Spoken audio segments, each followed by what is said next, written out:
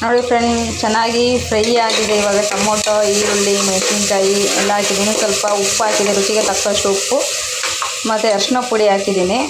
ಇಟ್ಕೊಂಡಿರೋ ಅಂಥದ್ದು ಹಸಿ ಬಟಾಣಿ ಹಾಕಿ ಒಂದು ಸಲ ಹಿಂಗಬೇಕು. ಸ್ವಲ್ಪ ಫ್ರೈ ಆಗಬೇಕದು. ನಂತರ